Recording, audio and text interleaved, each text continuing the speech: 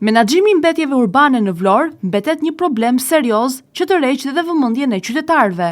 Gjatë vëzhgimeve të realizuara nga televizioni 6+1 Vlora, një pjesë të konsiderueshme të qytetit janë konstatuar kontenierë të mbushur, mbeturina të shpërndara përreth tyre, si dhe orendi shtëpiake të hedhura në mënyrë të pakontrolluar. Kjo situatë krijon jo vetëm ndotje vizuale, por edhe rrezik për përhapjen e erërave të pakëndshme dhe ndotjen e ambientit përreth. Kjo është gjendja e kontenierëve dhe që shikohet në shumë lagje.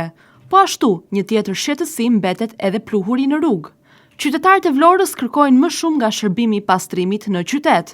Ata evidentojnë faktin se në brendësi të bloqeve të banimit, situata është shqetësuese.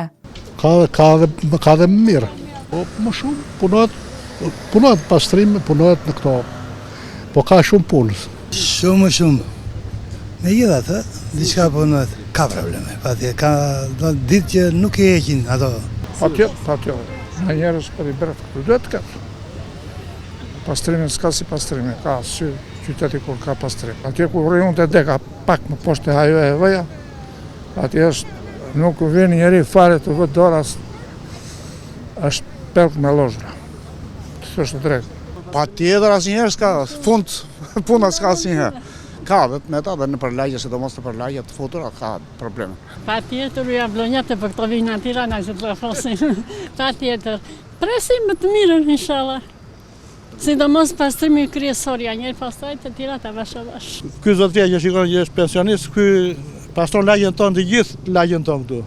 Tani po i tha që të pastrojë të Vlorën, pastron, nuk ka ndonjë problem. E pastroj që i luaj fenë, e bëj dritë. Po pse vet?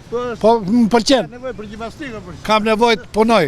Për gjimnastikë. Bashkia e Vlorës dhe ndërmarrja e pastrimit duhet të rrisin angazhimin në drejtim të shërbimit të pastrimit, të përmirësojnë monitorimin në teren dhe të përcaktojnë qartë oraret e pastrimit për të shmangur përsëritjen e situatave të tilla dhe për të garantuar një mjedis më të pastër për qytetarët dhe vizitorët. Kontenierët të mbushur nga mbeturinat janë evident thuajse çdo ditë dhe në çdo zonë të qytetit. Gjendja paraqitet shqetësuese edhe nga pluhuri që përfundon në organet jetësore të qytetarëve. Menaxhimi i mbetjeve urbane mbetet një nga problematikat më shqetësuese për qytetarët, të cilët kërkojnë më shumë masa të marra dhe punë më të përgjegjshme institucionale.